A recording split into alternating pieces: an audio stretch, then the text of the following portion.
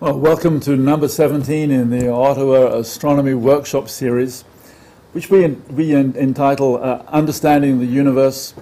It's intended as an adjunct to the Royal Astronomical Society of Canada's own Understanding the Universe program. And our intent is to go beyond simply looking through our telescopes and chalking up objects as we note them. Our intent is to give people an idea of where the science behind our understanding of many of the objects that we actually look at is. That doesn't necessarily mean that we can tell you what the scientists have concluded, because in many cases they haven't. In other cases, they've actually got multiple hypotheses and they're still arguing about which one might be the current one. And in other cases, they're actually talking by each other, which will be part of our topic today. So within our series, we've covered a number of aspects. Most of them are related to cosmology, one way or the other. But what we haven't dealt with yet is our own backyard, the solar system. We've looked at aspects of the moon, we've looked at aspects of the sun. But the solar system, in other words, the planets going around the sun with us, we haven't looked at yet. So recently, the Royal Astronomical Society of Canada had its General Assembly. And I put together a presentation entitled The Solar System, a Geological Perspective on Current Controversies.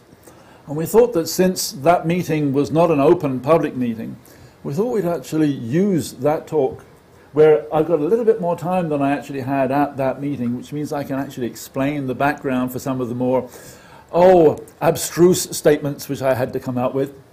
As I say, geological perspective on current controversies. So that's our topic tonight. As always with these workshops, don't hesitate to jump in with questions, comments, or what have you as we go. So the past 25 years have been a pretty exciting time to be an amateur astronomer, especially if you're interested in our own backyard, in the solar system.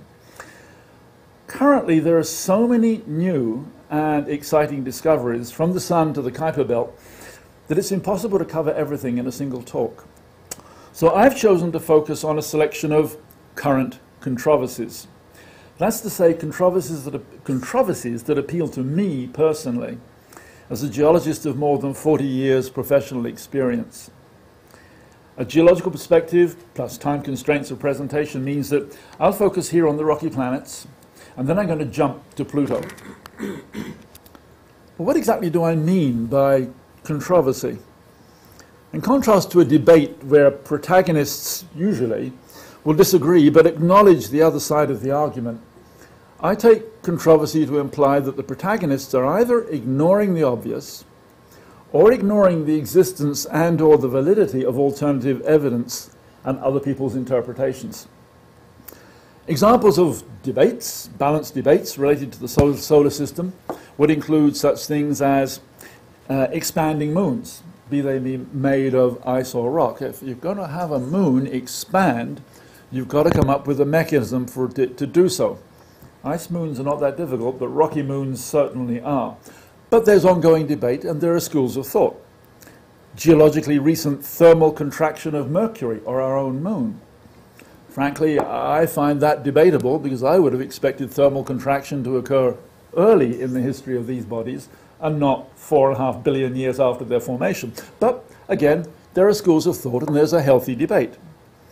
The resurfacing of Venus. This is something we've been told over the last few decades, that after the radar images penetrated radar penetrated the cloud cover of Venus back, God, must be 40 years now, and we realized that the surface didn't have as many impact craters as we would expect. The idea was, well, there must have been a resurfacing, a volcanic resurfacing. And the big debate is, did it happen in a short period of time? Was there a catastrophic event? Did, in fact, the surface of the planet just turn over? Or did it take a long period of time, and is it actually still ongoing? Again, several schools of thought and a healthy debate. The early climate of Mars. This is a current ongoing debate between those who are in favor of an early history of Mars, which would have been warm and wet, in order to account for all the erosional features that we see that look like they were carved by flowing water, just like we see flowing water carved features on Earth. And others who say, no, it's actually out of the question because all of the climate models predict that Mars should actually have been stone cold at the time and probably frozen. But again, healthy debate. The potential for chaotic orbital behavior in our solar system, even after 4.5 billion years of apparent stability. I'll come back to the apparent stability in a minute. But there's a school of thought that says very seriously that if you look at the orbital behavior of all of these bodies going around the sun, sooner or later chaos will set in. And things like Mercury deciding to collide with the Earth are a real possibility. Again, various schools of thought, but a very healthy debate. And finally, in my list of examples, the very existence of the famous late heavy bombardment, which is supposed to have occurred sometime around 3.84 billion years ago, which is responsible for all the pockmarks that we see on planets like Mercury, Mars, or on our own moon. When did it happen? Did it even happen at all? And that is now an ongoing healthy debate. But before getting to controversies, let's not forget that there have been many key advances in our understanding of how the planetary component of our solar system formed. And let's just take a look at two. As I say, there are many. Just look at two. Let's look at the very small scale first and then look at the really big scale. Let's start with our understanding of how planets are created from gas and dust in a primordial solar nebula. This is an artist's impression of what a solar nebula might have looked like in primordial times while the planets were forming, if we could have stood outside and looked in. Decades ago, the picture was simple. It was called accretion. Accretion to form things called chondrules. That's these spherical little balls here. You can see they're about 1 centimeter in size and smaller.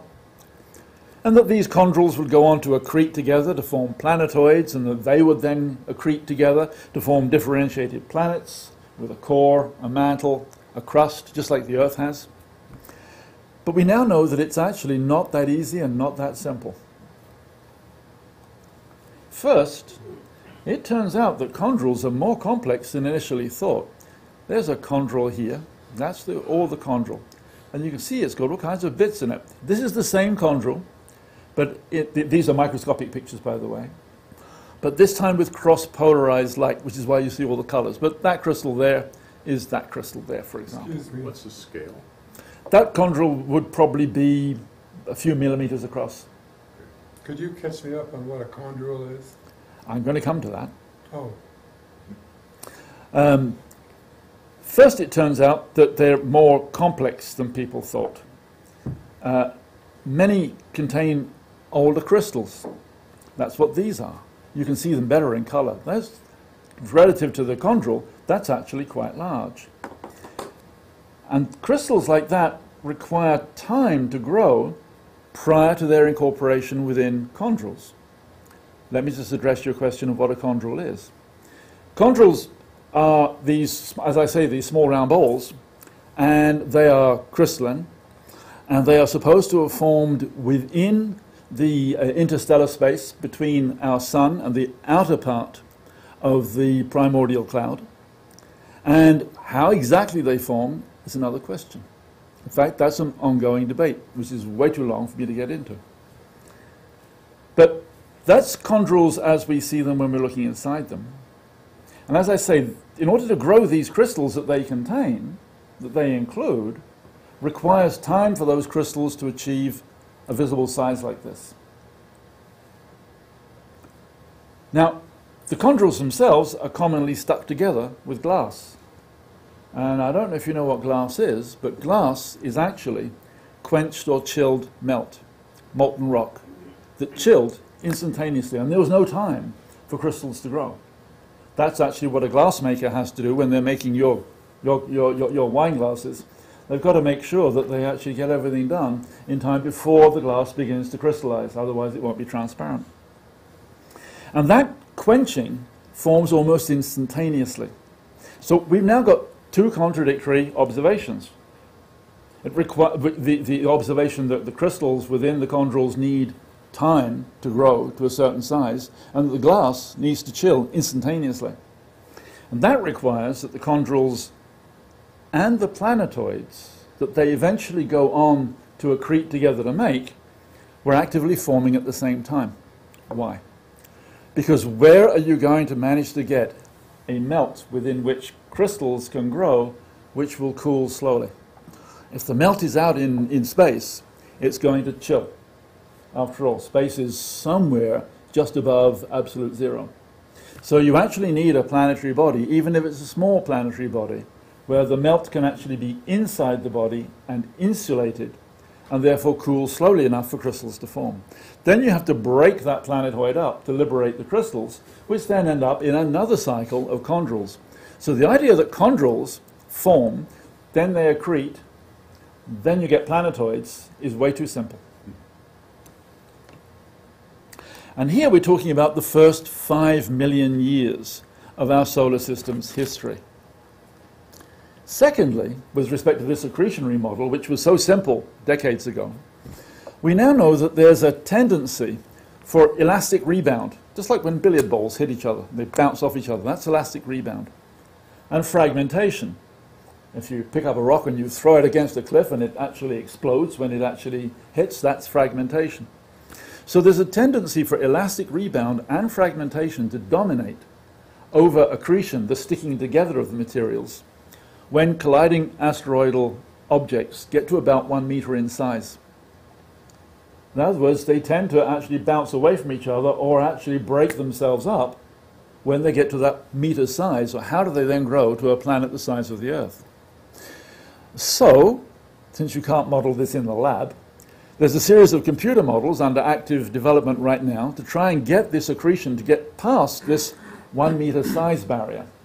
It's very complicated. I'm not going to get into that, but I just wanted you to know that people are moving ahead with a better understanding of the accretionary model, which is where all rocky planets start from.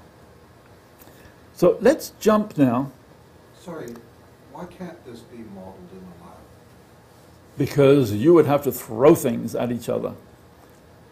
And you need space, and you need to get the right kinds of speeds. So two things could be easily moving around in the solar system at, let us say, 20,000 kilometers an hour. But if one of them is going 1 kilometer an hour faster or slower than the other, then when they actually contact, they'll contact at a relatively low speed. But there's the time factor, there's just the scale factor.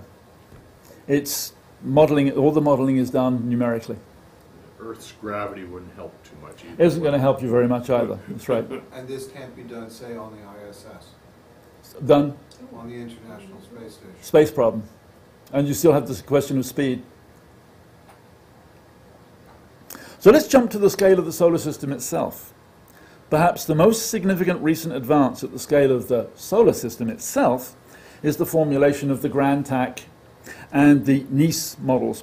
Often people call them the NICE model. It's not, it's Nice. It's named after the town in the south of France where the university is, where the university researchers were working. And this was inspired by the detection of so-called hot Jupiters in exoplanetary systems. Let me clarify.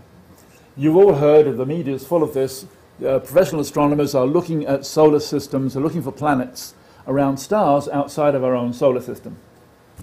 And as they were beginning to do this, one of the easiest systems to detect was where you had a star with a really large Jupiter-sized planet going around the star, but very close to the star.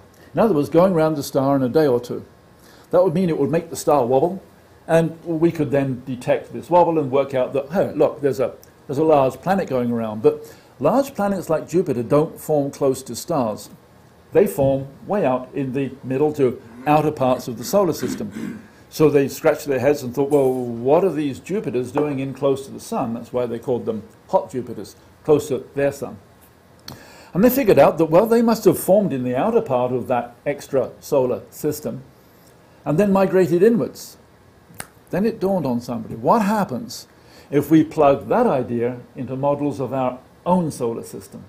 What happens if you allow Jupiter in the early stages of the solar system to migrate inward? So according to the Grand TAC model, Jupiter migrated towards the inner solar system, followed by Saturn at some time during the first 10 to 100 million years, of the solar system's existence.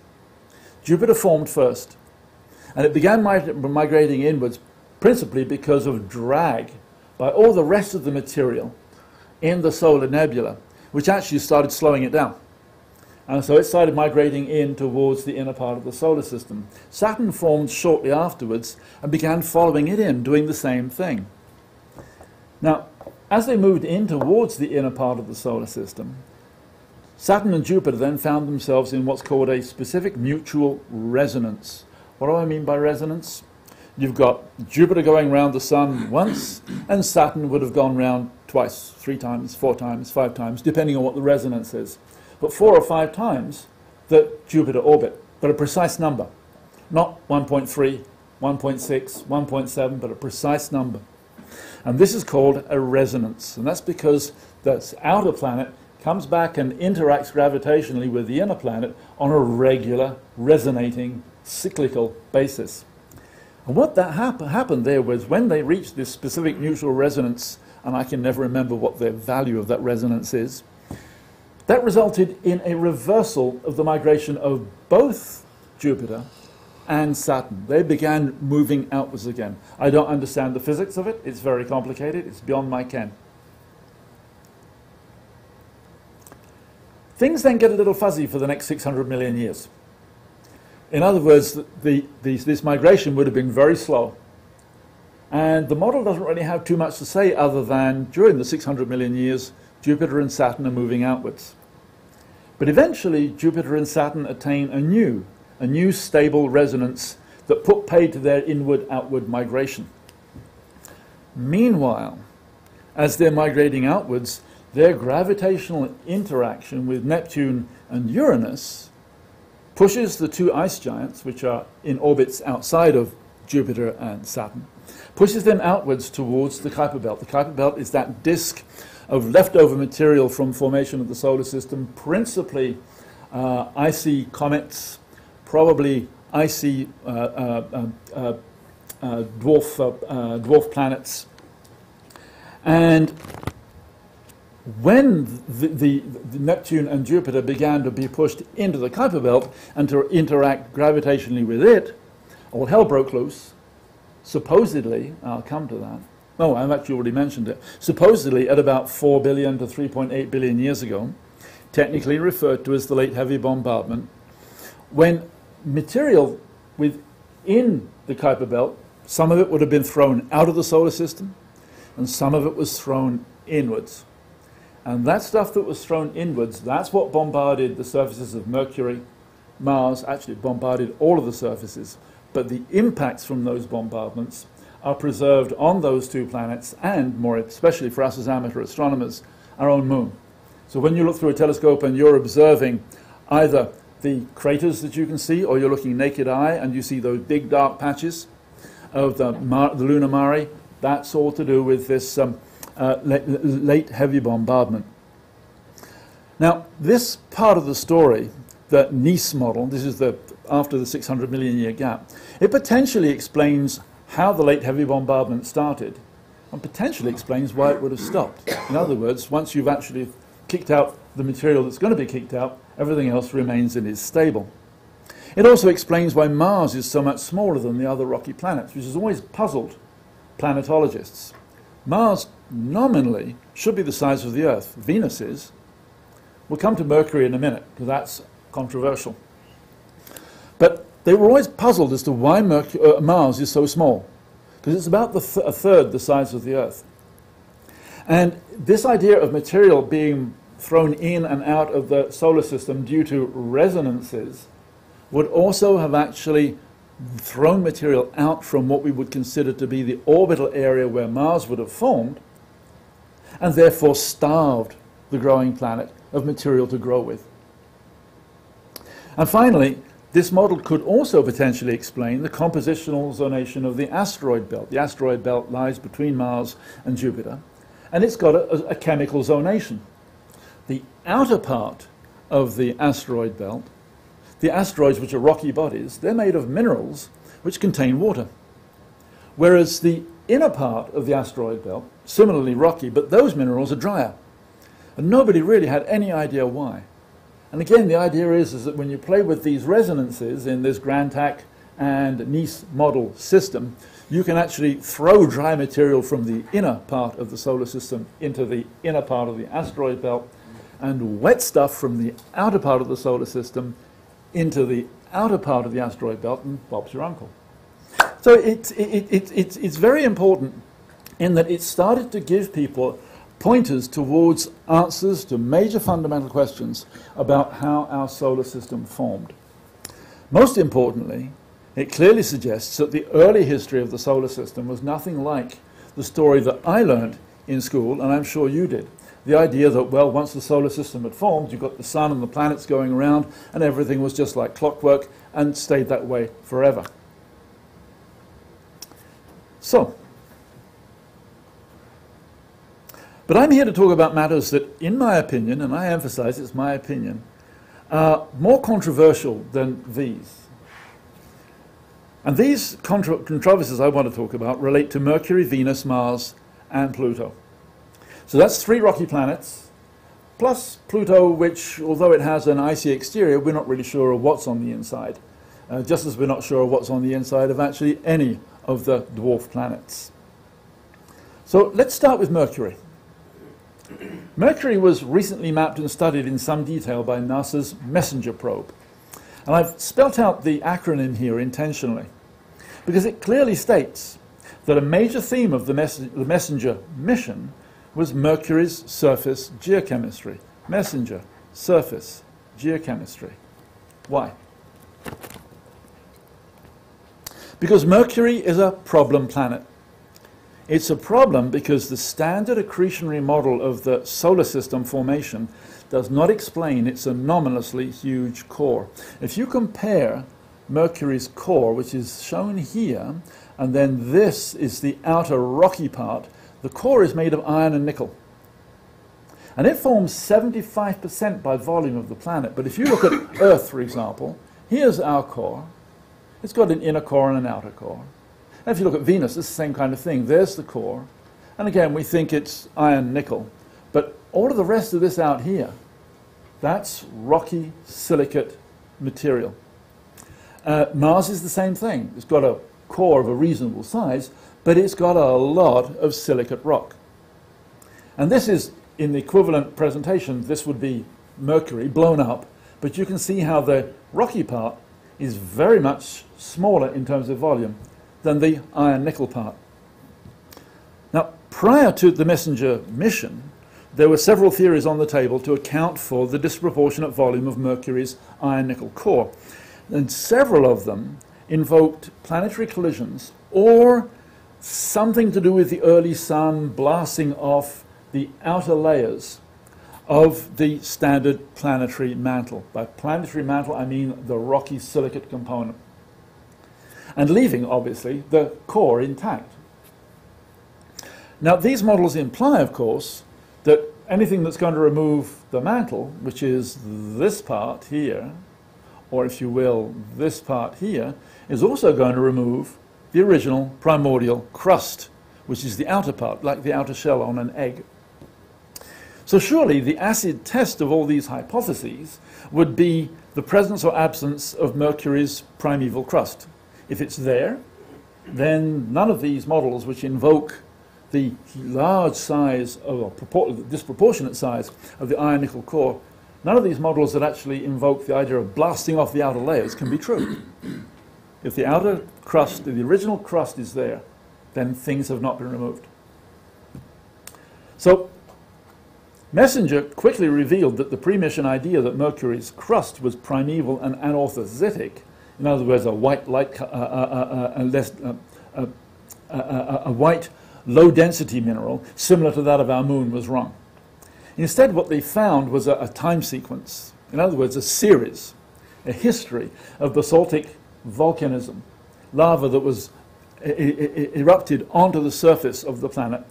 And this would have been occurring all the way through the first billion years of Mercury's history.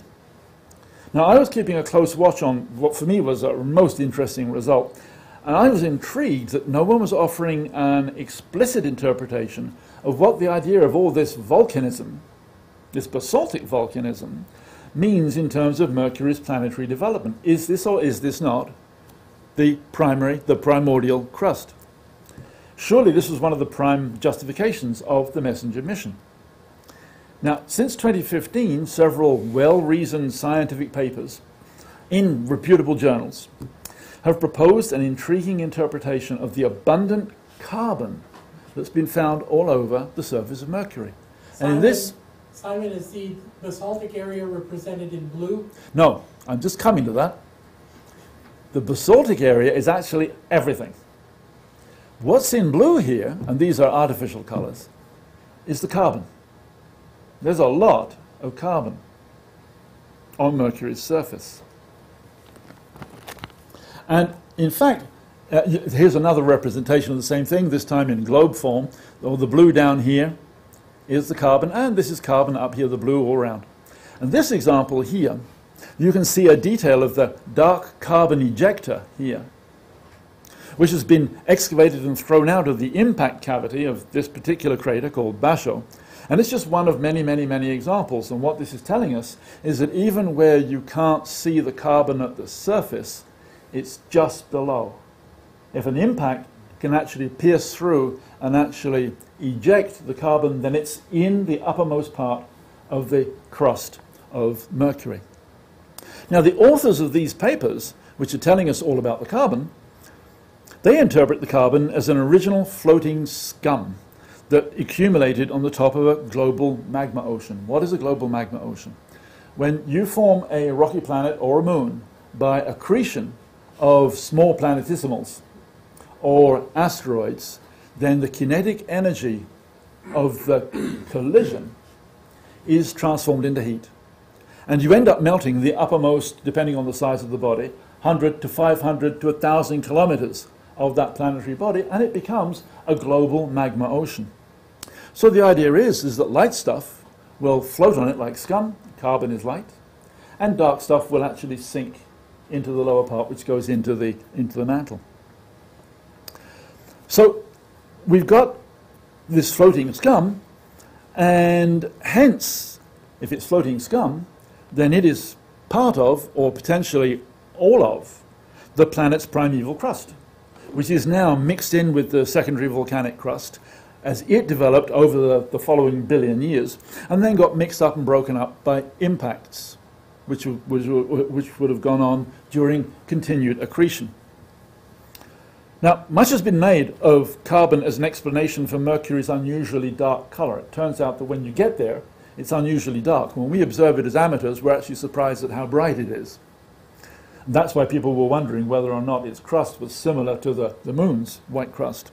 But to my knowledge, nothing has been explicitly stated regarding the fact that if the carbon is there, and therefore the original scum, the original primordial crust is there, then this eliminates all of the hypotheses for the planet's large core that appeal to the removal of the outer mantle, and therefore of the primitive crust.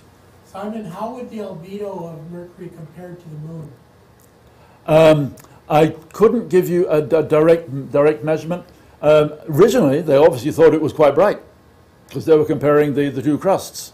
But once they actually get there with Messenger and measured it, they found it was actually remarkably dark and had to invoke this carbon to explain it. I don't have the numbers. So why aren't people actually turning around and saying, great, carbon tells us that the hypotheses about the removal of the outer layers of a normal planet to form this abnormally big core is the answer? Or rather, that answer is not the answer because the primeval crust is there. I really don't know. But the highly controversial hypotheses that it leaves on the table include the very prickly idea that somehow Mercury formed as a normal planet, and that solar nebula was enriched in iron and nickel only where Mercury formed. That's the hypothesis, but for reasons unknown. Or the other prickly hypothesis, which is that the oxidation state of the solar nebula was somehow geared to be non-oxidizing, in other words, reducing, which would favor anomalous precipitation of iron and nickel out of the solar nebula, but only adjacent to the sun. Whatever. Mercury calls for a reassessment of at least part of the solar system accretionary model. I mean the whole shebang. And that's potentially controversial. Now, you might be surprised to see Earth figure in this part of the talk. After all, with our geophysical capabilities, we're here on the surface, we can see, in inverted commas, inside the planet in a way we can't hope to do elsewhere yet. We will be able to, but not yet. And what I'm talking about here is seismology. We've got seismic stations all over the world which are looking to record where earthquakes are occurring. And when they do, because the Earth then rings like a bell, that's what seismic waves are. They're sound waves traveling through rock. And because sound waves travel differently through media of different densities, then we can actually map out what the inside of the Earth looks like. Well, there is indeed a controversy regarding the physical behavior of the inside of the Earth, especially regarding the behavior of its mantle. And remember, the mantle is this part between the core here and the crust out there, so it's all of this here. The issue concerns the nature of convection in the planetary mantle. Convection is where things rise from a hot base, rise up towards a cool surface, and then turn over, go down again, get heated up again, and come back up again. And you can see that indicated here on this image of the Earth. There's the idea of a hot core. The lower mantle is getting heated by the hot core, and materials coming up, going all the way through the entire mantle, up towards essentially the surface of the Earth, where it cools, spreads out, and then goes down again, all the way down, through the whole mantle, down to the core. This is the standard or consensus model of convection. It's called whole mantle convection. This is the standard model for the behavior of the interior of the Earth as far as the mantle is concerned. Whenever you hear a consensus model, I always get a little suspicious. Because, you know, consensus means most scientists sign on. But having a majority vote on science is not science. All it takes is one scientist and one observation to show that a model doesn't actually work very well. And you really have to go back to the drawing board. But that means there's a lot of scientists who have got a lot of skin in the game already because they believed in the consensus model and have already published a lot using the consensus model. And to accept that it might be wrong, that takes not only a lot of doing, but even a lot of scientific courage. So here we are. Hot mantle material rises buoyantly through the overlying cooler mantle, forms hotspots, or plumes as they're called. And these things can raise an overlying continent. They can break it, and they can initiate the rifting component of plate tectonics, where continents actually pull apart and new oceans form in between. You all know how South America dovetails in like a jigsaw piece into Africa. Well, the idea is that they were actually together, and plate tectonics got them to drift apart. So something had to break that original continent and get the drifting going. And the idea is it would probably have been one of these whole mantle rising plumes. Now the subducting component, which is this here, this is where stuff is going down, as opposed to the plume component, which is where it's coming up. The subducting component of plate tectonics involves cooler crust. In other words, it was at the surface, so it's cooled down, and uppermost mantle material, which then sink right down through the entire mantle down to the core mantle boundary. And that is the consensus conventional model. And remember, plate tectonics has not been identified on any rocky planet other than the Earth. However, this model has been challenged, and challenged by a well-respected geoscientist of international standing, the late Don Anderson, who was professor at Caltech, and I got his book here. And it's got a wonderful title, The New Theory of the Earth. Don Anderson had a lot to say about consensus models on the Earth, and he had lots of different perspectives on various aspects, including what's going on in the mantle. And yes, I've read the whole book. That's my copy. He made the important point that the consensus model for mantle convection is principally thermally based. In other words, people are saying what's hot rises, what's cool goes down. So when they were looking at their seismic images, they were saying, oh, this is hot and this is cold. And it ignores the well-established effects of pressure. Effects of pressure on material properties such as coefficients of expansion with temperature, or of viscosity, which changes with temperature as well. But it's affected, both of those properties are affected by pressure. And of course, as you go down through the mantle, pressure goes up. And so those effects will become considerable. And according to Anderson, the consequence of these effects is that the lower mantle is too stiff and insufficiently buoyant to rise in this convective mode. So Anderson proposed that the mantle is actually physically partitioned. Here's his model.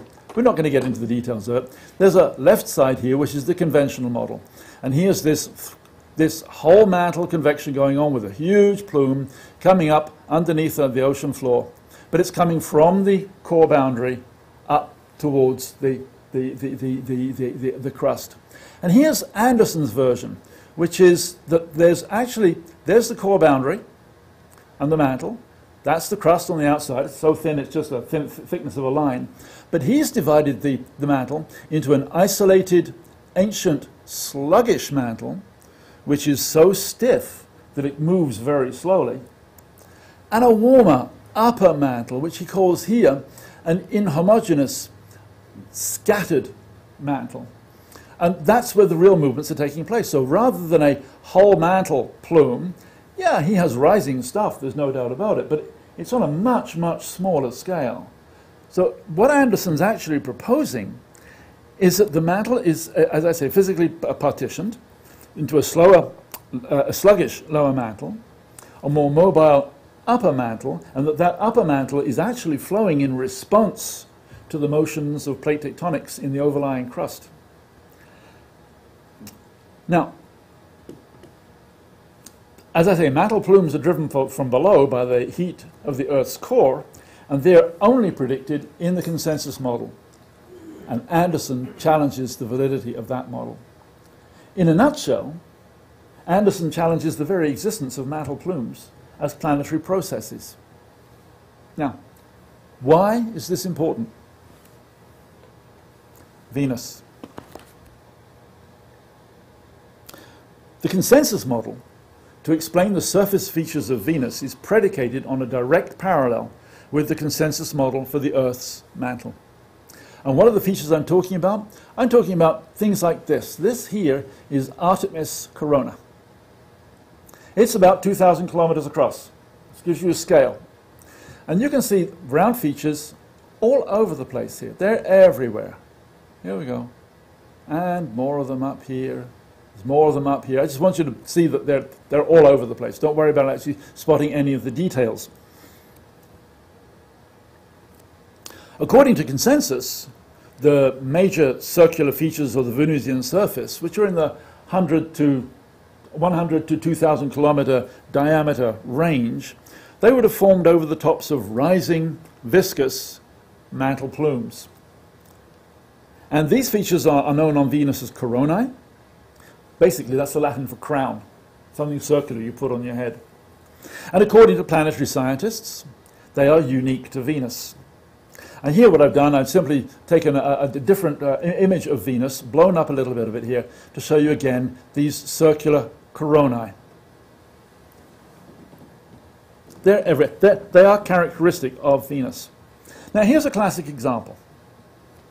You can see there's a large circular area. It's this. And actually this is the large circular area here. And it's surrounded by a raised rim.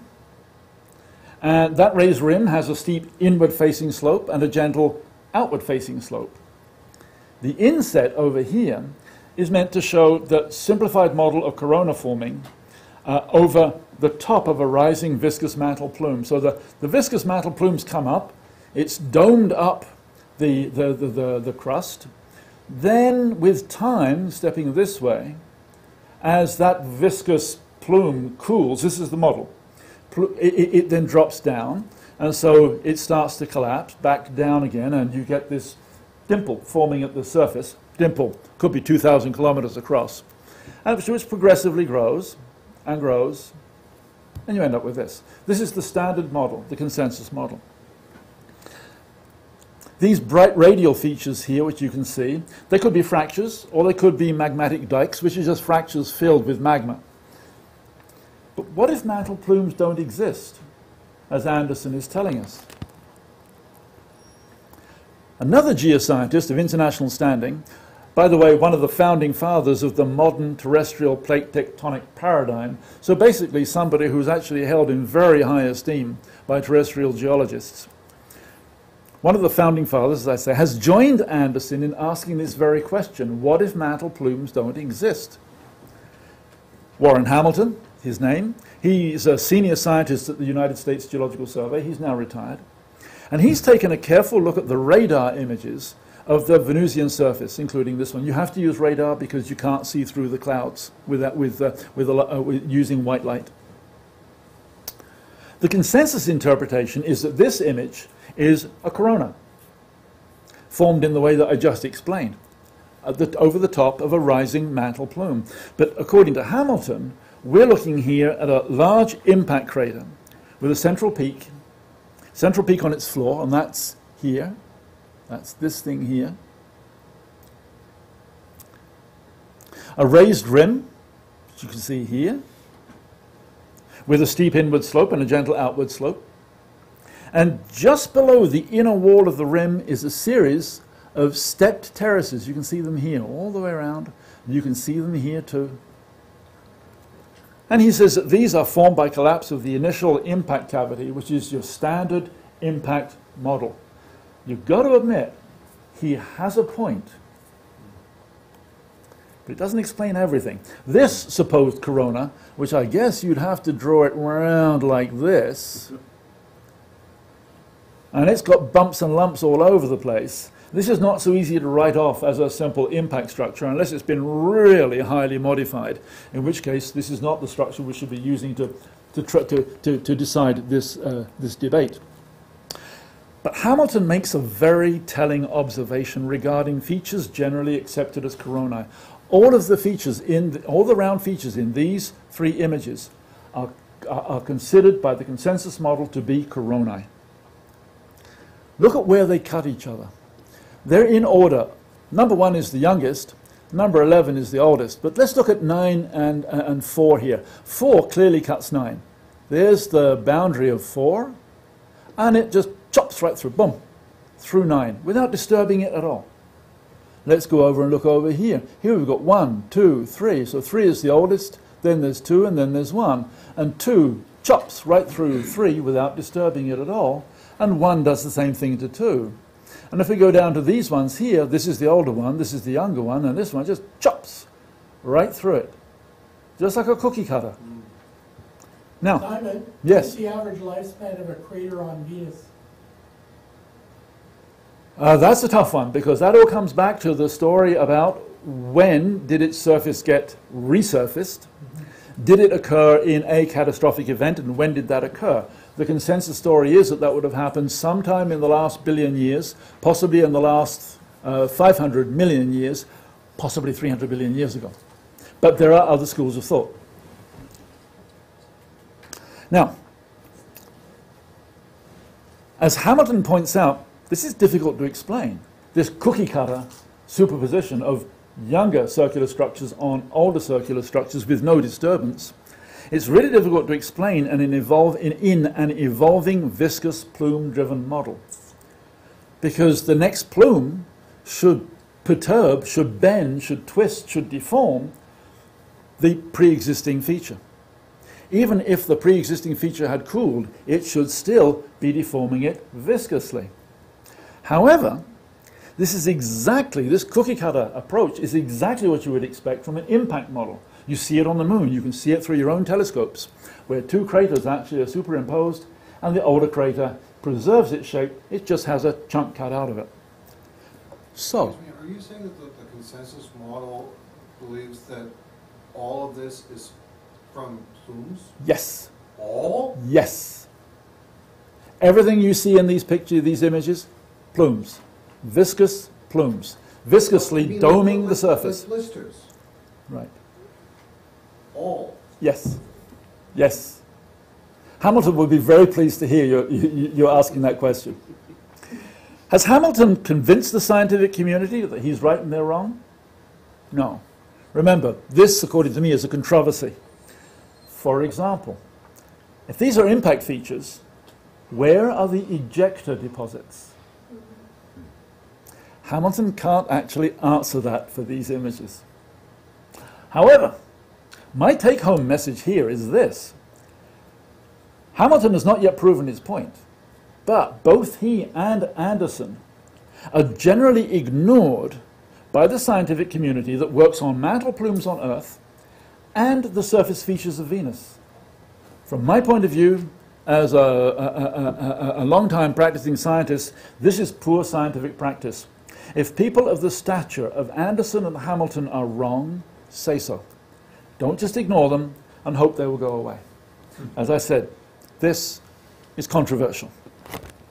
Simon, Yes. what would the ejecta look like? Sorry, what would? The ejecta, if it was an impact and there's some ejecta, what would it look like? I can picture it on the moon. It would look like the ejecta that we see on the moon. If you're talking about a circular corona feature of the order of a few hundred kilometers across, we know from looking at the moon that the ejecta will probably be relatively close by. If you're looking at something the size of the Imbrium Basin, which is thousands of kilometers across, then that ejecta has probably gone all the way around the planet. But when you look at the moon, you can see the ejecta, you can see the scars scratched out by that ejecta, which is radial to the impact point that formed the Imbrium Basin. And we can see this around a number of the large basins. So we should be able to see this ejecta material all over the place. So it's not clear-cut one way or the other. In the same form, although the surface temperature of Venus is in the 400... Sorry, is it? In the same form, solid form, although the surface temperature is... Oh yeah, I mean, this is volcanic material. Admittedly, it's sitting there at temperatures which will melt lead. That's today, by the way. And we don't know what the early atmosphere of Venus was. So we don't know whether or not the surface temperature was in the 700 degrees Celsius range as it is today. But to melt basalt, which is what the composition of the surface of Venus is, you've got to be at least 1300 degrees centigrade, at the very least. Probably need a bit of water in order to do that, and Venus doesn't have any. Might need a bit of pressure to do that too. And if these are actually magnesian basalts, then you may need to go to 1800, 2000 degrees centigrade. So they're probably pretty stiff when they get whacked. The atmosphere, is it just the heat or is it corrosive also? No, you're thinking of the sulfuric acid, which is high in the Venusian atmosphere. Well, what I was thinking is because the ejecto is going to be a finer particle as it's screwing out, if it's mixing in with the atmosphere and the heat, it's going to come out as chunks. It's coming back down as soup and filling in. Yeah, but it'll come out as chunks. Yeah. You're going to get chunks the size of this entire complex. You may even get chunks the size of Ottawa out of these really big impacts. So Mars. Mars is also a hotbed of controversy. But you may be thinking I'm referring to the presence of water. I'm not. There's nothing controversial about water on Mars at all. Or presence of water on Mars. I'm talking here about topography. Now, for example, how do you form a rift valley that would extend from Vancouver to Halifax? This is Mars, by the way. I'm just giving you relative dimensions. That rift valley here, or at least the consensus says it's a rift valley. This is the great Mariner Valley. How would you form that as a rift? Rifts formed, by the way, by the sides of the valley pulling apart. So how would you form that without plate tectonics? You've got to allow that extension to be shortened somewhere else, or the planet's going to grow in size. And I know of no one that can tell me how you're going to increase the size of Mars in order to accommodate a big scar like that. Also, how do you localize planet-scale volcanism in one place for 2 to 3 billion years? Volcanism on Earth occurs in a place. It might occur for 10 years, it might occur for 1 million years, but it's all related to plate tectonics, which doesn't occur on Mars. And these volcanoes here, these giant volcanoes here, and over the horizon is Olympus Mons, the largest volcano in the solar system. They're all sitting on a large plateau, which is here, which is called the Tharsis Rise or the Tharsis Plateau. And that volcanism's been going on for between 2 and 3 billion years in the same place. That means there's something hot down there, anomalously hot, that's remained hot for 2 to 3 billion years. I've been sending magma up to the surface all that time. How do you do that? We don't know. But I'm not going to address either of these debates today, because these are debates. People are talking about this, they're respecting other people's opinions, they're exchanging views, and the debates are healthy. I want to focus on controversy, and I want to focus here on the role of water as an erosional agent responsible for creating major features of Martian topography. The presence of abundant flowing surface water on Mars is a long-established fact. Go back to the original Viking probes that were sent to Mars in the 70s. They took pictures like these here. And we knew that these features here were the result of flowing water eroding and leaving remnant islands behind. We even know which way the water was flowing.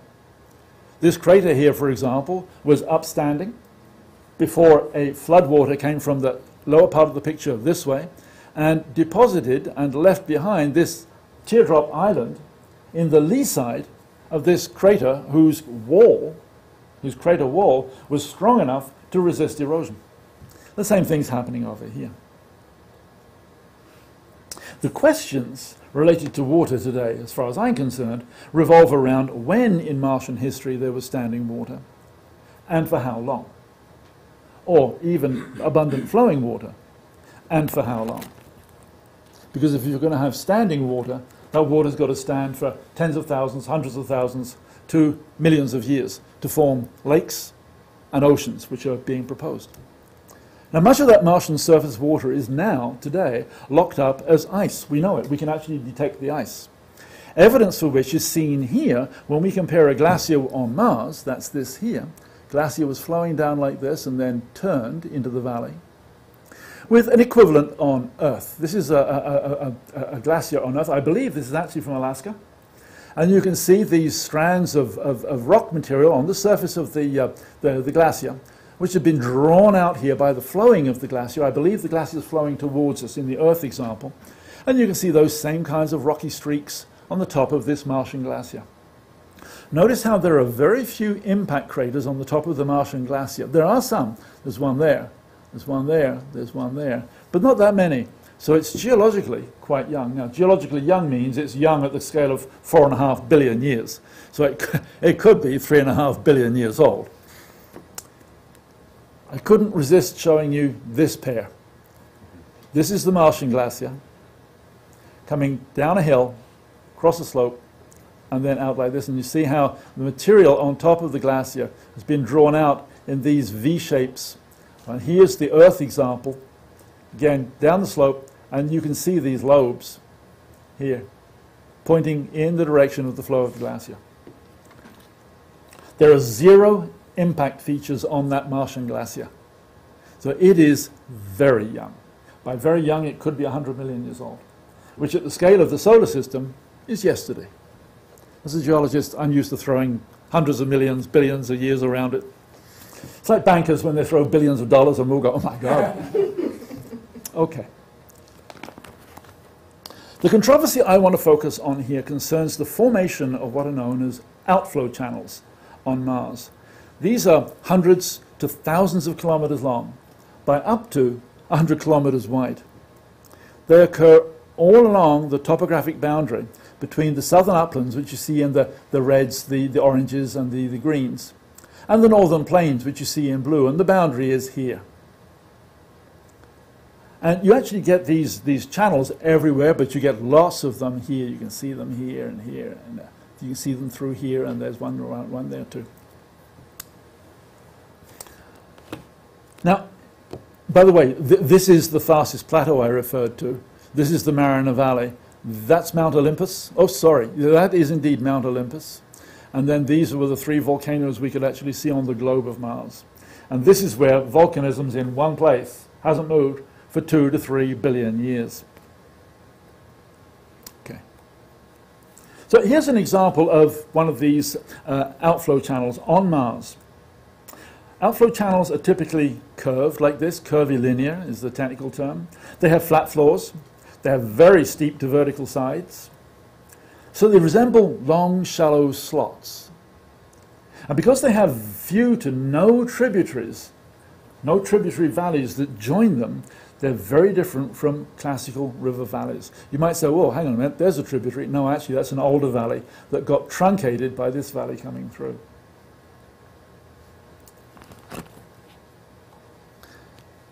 Casaya Valles, that's how you actually spell it. Casaya Valles, that's this thing here.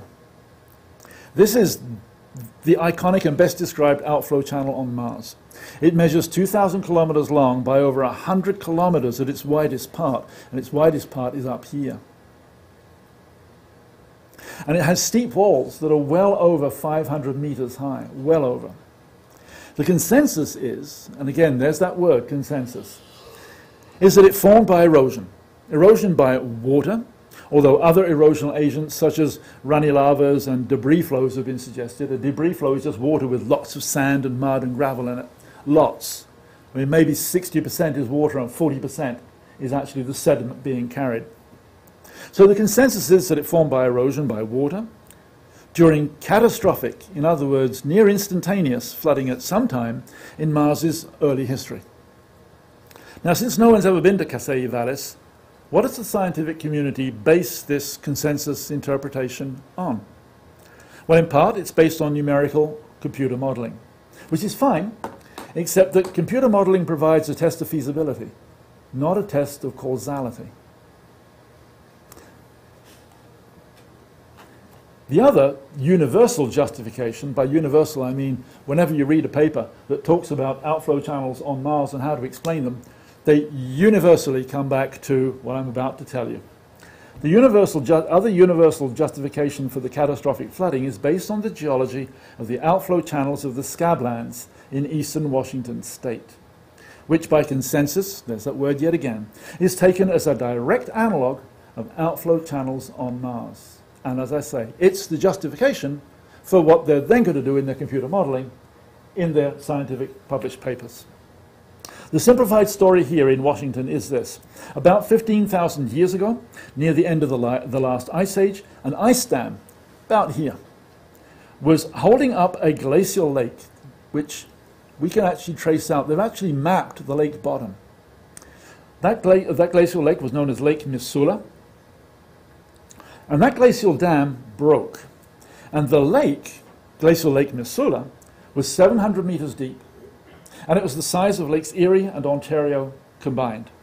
And it emptied into the Pacific Ocean by over-deepening and over-widening existing drainage channels in about a week. Now that's catastrophic. So all well and good, but think about this for a second. I'm never going to get to Mars to check out this catastrophic flooding hypothesis. But I can drive to Washington State. So in the fall of 2014, armed with a couple of excellent guidebooks written by local Washingtonian geologists, of whom Bruce Bjornstad would be the key author, that's exactly what I did. I set out from Ottawa. So here is Grand Coulee. It should actually be Grand Coulee, because there should be an accent on the first E. But, you know, when I turned around and said, can anybody tell me where I can find Grand Coulee? And they looked at me and I said, oh, you mean Grand Coulee? Yes, I meant Grand Coulee. So it is now Grand Coulee. And this is the largest of the scabland outflow channels, or outwash channels. It measures just under 100 kilometers long, and it's about 1 to 2 kilometers at its widest. This is more or less its widest. We're looking directly upstream of the direction in which the floods flowed. That just by chance happens to be the way that water in the Coulee flows today. Note the slot-like topography, carved in laterally continuous layers of basalt lava. That's what these things are here. Vertical walls. Same thing over here, but it's in the shade. And remember that most of the Martian bedrock is made up of horizontal basalt lava flows, so that actually strengthens the analogy in some people's eyes. As in the Martian channels, those of the scablands have flat floors, steep to vertical sides, up to 100 meters high in places. Vertical walls, 100 meters high. And no tributaries. So far, there's no controversy here. But note that the terrestrial outflow channels are much smaller than those on Mars, and that is important. Now, here's a view of Grand Coulee looking downstream. In other words, we're looking in the direction the flood waters were going. And this highlights, you can see the curvilinear nature of the channel. It curves around like that, as well as the flat floor, the steep sides, and again, the horizontal basalt lava flows. The basalt lava flows are very old. They're 15 million years old. They're nothing to do with the story we're talking about, which is 15,000 years old. Oh, by the way, note the clear blue sky. I had wonderful weather during this trip. Now, high up on the steep sides of Grand Coulee are the Castle Cataracts. And we're looking upstream. These are the Castle Cataracts. There's one there. Don't worry about that gap, I'll come to it. And then there's one there. What is a cataract? A cataract is a technical term for a dry waterfall. So they're dry now, but 15,000 years ago, water poured over this pair of waterfalls, eroding the head walls. That's what you call this thing here. The cataract itself is a head wall, eroding it back upstream, in other words, away from you. And that leaves a narrow blade of relic rock here. It's referred to as a blade of rock. Now, note that this cataract wall, this waterfall here, was actually breached by further erosion. That's why there's the gap there. Now, this photograph is critical to understanding the formation of outflow channels, because in just about every channel, and there are lots of them in eastern Washington state, you will find paired dry cataracts, and they're remnant rocky blades left over as the cataracts were migrating upstream. The upstream retreat of paired cataracts is the mechanism that carved out the slot-like outflow channels in Washington state. The type example of dry cataracts and remnant blades is at a place called Dry Falls, a major tourist attraction, and these photographs are simply taken with me leaning over the fence at the main car park. And here we're looking obliquely upstream. Upstream would be this away, at one dry cataract head wall. That's the dry cataract head wall. The other one's going to be over here. I'll show it to you in just a minute. And this is well over 50 meters high. Oh, by the way, note this patch of white sand, because it'll turn up in the next slide. There's that patch of white sand. So as we're swinging the camera to the right, you can now see in here the second dry cataract, plus the upstream part here of this rocky blade, which is actually detached by erosion from the paired cataracts. But that's younger erosion. Upstream, again, is to your left. So now we swung the camera a bit further to the right to frame this kilometers long, it's a full kilometer long, rocky blade in its entirety. Again, upstream is to your left, and water flowed across your line of sight parallel to the length of the rocky blade. Now, this is a good opportunity to point out how geologists working on these rocks on Earth have managed to calculate the depth of the catastrophic flood that carved the outflow channels. Upstream from Grand Coulee is a loosely interconnected network of outflow channels. Grand Coulee is not the furthest upstream. It's actually one of the furthest downstream. And the floors of those channels upstream are up to 100 meters deeper the further you go upstream. Think about that. That has consequences. This means that the upstream channels had to be filled to overflowing and more, or water could not have flowed downstream at all.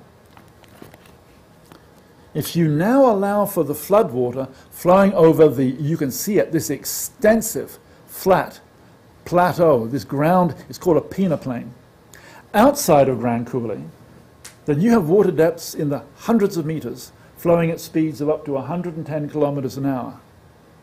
That's catastrophic. How do they know how deep the water was on the top here?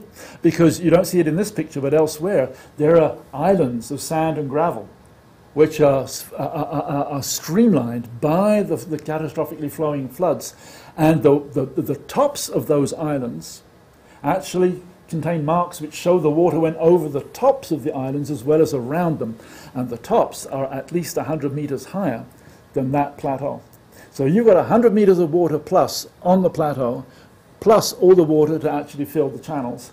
And the upstream channels are 100 meters deeper than this channel. So you've got lots and lots and lots of water. And from all of this, they can then calculate the speed. For those of you that might actually know this part of the world, here's the iconic tourist attraction. This is Steamboat Rock, it's called, because it's supposed to look like a Mississippi steamboat.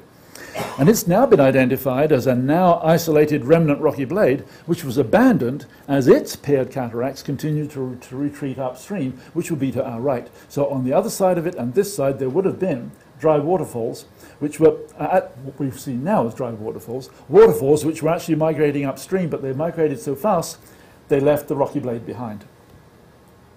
Okay. So having been to Mars... Sorry, I want to know, was that lake originally, was it salt or fresh water? Fresh.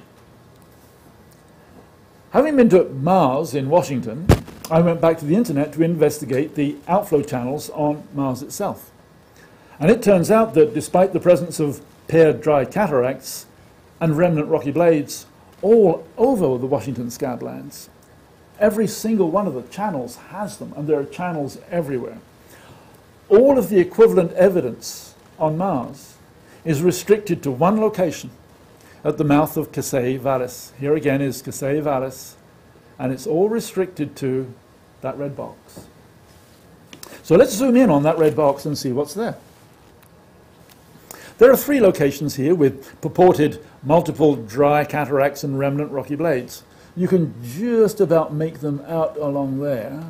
You can see them a little more clearly there, but this is the best example. So we're going to go in here. You can see how it looks serrated. And this is the blow-up. There again is just showing you where we are with respect to this large area here of remnant water-defined streamlined rock. Here we see a series of multiple alcoves, if you like, which have been interpreted as dry cataracts, some 500 meters high. But I only see one candidate rocky blade. That would be this. That one I could perhaps accept, but I don't, maybe this, but that doesn't look like a very good cataract there. But here I'm not seeing them very well developed. Maybe they've been eroded away. However, if you perform a Google search, I invite you to do this, for dry cataracts on Mars, you'll get about 350 hits, and they all refer to this same location. So here, to my mind, is the controversy. First, the evidence for the erosional mechanism, retreating paired cataracts, to form slot-like outflow channels is abundant in Washington state and pretty sparse on Mars. Second, there's direct observational evidence in Washington state, more than I have time to actually describe to you, but I actually saw it myself, that indicates the catastrophic erosional and carrying power of floodwaters. There's no such evidence on Mars to date. The size and depth of the Martian outflow channels are an order of magnitude greater than that of the largest terrestrial outflow channels, requiring excessively large volumes of erosional water in a catastrophic scenario. In addition, under the weaker Martian gravity, the erosional power of any given volume of water at a given speed is much less than that on Earth. So this requires even larger volumes of water for the catastrophic scenario to work. This is why alternative scenarios have been seriously proposed by serious workers, involving erosion by very runny lavas, which are very powerful, or by debris flows made of maybe 60% water and 40% sediment, as I suggested. But these alternatives have really not caught on with the professional science community. They still have a lot of holes in them. So let's stick with the water scenario for now. Where might this water come from? The proposed analogy with Lake Missoula doesn't work out. No evidence for lake beds has been found directly upstream of any of the Martian outflow channels. It's true. There was a recent paper suggesting that a large impact crater, 100 kilometers or so across, actually was a lake. Its wall was breached, and downstream of that breach there is indeed a small outflow channel. But compared with the general model of outflow channels on Mars, it's really small potatoes. It's really not a case to explain these large channels like Casaya Valles. The alternative, catastrophic extraction of permafrost as groundwater. In other words, you melt the permafrost, get the groundwater to flow out onto the surface, and do that catastrophically. It's unrealistic. Let me give you an analogy. If I was sitting here with a bowl of water, and I just stood up and threw it at one of you, you'd catch it in your face, you'd pull right back. If the bowl was big enough, I could even, perhaps, if I threw it hard enough, knock you off your seat. Potentially. But supposing I have a sponge, because groundwater comes out of a sponge. It comes out of a porous medium. It isn't already sitting as a large body of water. I could have this huge sponge, and no matter how much I squeeze it and shake it at you, all I'm going to do is spray you. You may curse me and swear, and you may have to wipe your glasses, but it's not going to have any other mechanical impact. So, those who work on porous media say, look, you can do quite a bit of damage with water coming out of the ground, there's no doubt. But catastrophically, it's just not going to work. So while the outflow channels on Mars are undoubtedly erosional, that erosion could be slow and progressive. Think of Niagara Falls. I don't know if any of you got married in Niagara Falls, but you must have at least seen pictures if you haven't seen the falls themselves. Niagara Falls, the cataract, migrates back upstream at about 1 kilometer every 1,000 years. That is not catastrophic. But you could account for everything we see on Mars in the channels by slow, progressive erosion, and you'd get these same effects, including paired cataracts and rocky blades. However, in short, there's no evidence to support a catastrophic flooding model to create the outflow channels on Mars. And NASA and its university-based colleagues have yet to wake up to this. I consider that to be controversial. They're ignoring the internal contradictions in their own evidence. Finally. Oh, sorry, I have to ask. Go. Where do the scalloped edges of Casaya Valles come from? I don't know. Are they waterfalls? They may be. But my question isn't my suggestion is not that they're not water-based, they're not eroded by water. It's not even to suggest that they're not waterfalls. My question is are they really evidence of catastrophic water erosion? But if it was catastrophic, why would you have that pattern? Like if there was sufficient water at a sufficient rate in a short Because period. according to the model, the entire valley would have been filled with water, just like Grand Coulee was filled with water. In Washington State, you only get 2 cataracts with a remnant rocky blade because the maximum width of the outflow channels there is 1 to 2 kilometers. There's no room for 3, 4, 5, 6 cataracts in a set. Casaya Valles is 100 kilometers across at this particular point. There should be more of this. Oh, well, that's the idea. If I go back here, the idea is that they're up there, that they're over here, that they're over here. But you're right. There should be more, and they should actually be all the way through the valley system, because this would be the mechanism to actually move the head wall of the valley itself 2,000 kilometers to the west and south. That's what this model would imply. And clearly, I don't think the evidence is there for this to be the case catastrophically. Slow erosion over millions of years? Why not? By water? Why not? Waterfalls? Why not? Catastrophic? I don't think the evidence is there. And I find it controversial that the scientists are continuing to insist that it is catastrophic, all based on their analogy with Washington State. Finally, let's bypass the gas and ice giants, because this is a geological perspective. The ice moons I could talk about, but that would take another 2 hours. And let's actually head straight out to the dwarf planet Pluto. Now, I'm sure you're all aware, the flyby of Pluto by NASA's New Horizons probe in 2015 literally shocked the planetary science community. The surface of what was supposed to be an old, cold, dead dwarf planet turned out to have been geologically active during the past 10 million years. which at the time scale of the solar system doesn't even count as yesterday. So the primary Pluto controversy revolves around the origins of the internal heat required for the observed recent geological activity. It remains unresolved, simply due to a lack of data. They actually had no heat sensors on board. They weren't expecting to have to measure heat flow. They expected an old, cold, dead dwarf planet. So let's set this issue aside, even though it's the major issue. Let's set it aside for a few decades to come. I'm sure that the models that are being generated with no data will be quite controversial. Instead, let's focus on another major issue that I find to be controversial, based on a mix of numerical computer modeling plus some observations and some other data thrown in for good measure.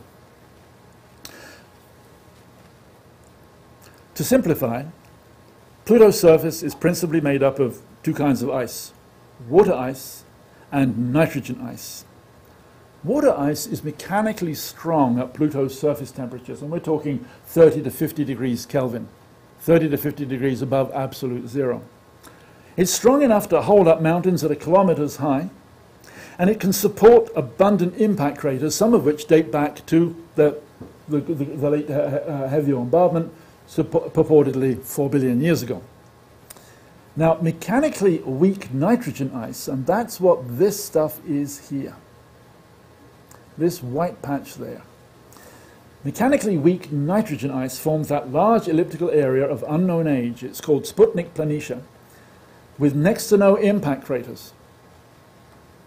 Now, according to the traditional cratering statistic model, this would imply that the surface of Sputnik Planitia is no older than 10 million years. The surface, not the ice. The ice could be any age. But that the surface has been cleaned off sometime within the last 10 million years. We'll come to how in a second. But if nitrogen ice is too weak to support the topographic relief of impact craters, then the cratering statistics model may not apply, because the craters would simply collapse and vanish anyway. So the surface could be any age, including ancient. Now, before we leave this map, notice how the nitrogen ice here is divided up into a network of polygons. And these polygons are all kinds of shapes. Some of them are very long. Some of them are 100 kilometers long, and they could be tens of kilometers wide. They're all sizes, all shapes.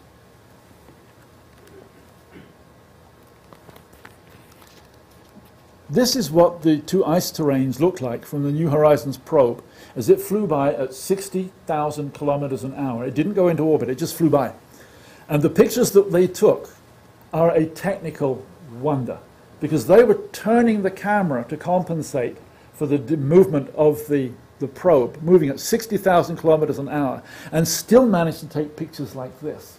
It's like sticking your hand out of a car, speeding at 100 miles an hour and catching a mosquito. Exactly. In the picture. Yeah. These are the water ice uplands. See these mountains here? They could be easily 5, 6, 7 kilometers high. And this is the nitrogen ice of Sputnik Planitia. There's no doubt about it. This ice is behaving differently from this ice. Actually, to tell you the truth, they didn't have a detector for water on board either. And so when they realized that this had to be nitrogen, they realized that there's no way nitrogen could actually form these mountains. And the only ice left in the realm of possibility was water ice. So the existence of the mountains and their height and the strength requirement is the prima facie evidence for water. It's a good argument. It's a good argument. I don't dispute it. NASA and its science-based associates interpret the polygonal nitrogen ice. I just remind you, that's this stuff here. And so this is a detail over on one side of the nitrogen ice, and then this is part of the rugged uplands, it's called, made of water ice. Now, they interpret the polygonal nitrogen ice according to what I think is a highly debatable glacier model. Starting with a pre-existing glacier, NASA and associates then use computer models to hypothesize that the polygons in the nitrogen ice are manifestations of thermally driven convection. Remember what convection is? It's warmer below, it's cooler above, warmer stuff is less dense, therefore it's lighter, so it rises through the cooler, denser stuff and you get convection. Because the stuff comes down again when it comes up and it cools, and it becomes dense again, and it sinks back down again, warms up and comes up again. Think lava lamps, if you're old enough to remember those. And looking around the room, I suspect that perhaps, except for this side, or perhaps Stefan, you're probably all old enough to remember what a lava lamp is. Well, in that case, you know, what comes around goes around, you know. What was it called again, though? You have a lava lamp? Yeah. You do? Okay, very good. I don't, by the way. They still sell them. According to this model, according to this convection model, each polygon is therefore a convection cell, wherein the nitrogen ice heated from below rose to the surface of Sputnik Planitia and then spread laterally before cooling and sinking at the polygon margins. I'm going to come back to that picture. By the way, for this heated from below convection model to work, a value of heat flow from within Pluto has to be assumed to plug into the computer models, because there are no data. So another research group has recently suggested that maybe the convection in the nitrogen ice is not driven by heating from below at all. It's driven by a thermal gradient. You just need warmer below and cooler above. So if you cool the top of the system, you still get a thermal gradient and you can still drive convection. So they put that one forward. It's a neat idea. Gets around this whole issue of do we or do we not know the actual value of heat flow in Pluto, and we don't. But it still doesn't manage to produce the variety of polygon shapes we see on Sputnik Planitia. Here's an example from their paper. Here's the scale bar. This is in meters. So that's 25 meters. So this is 100 meters. So one of these cells here is what, 50 meters long?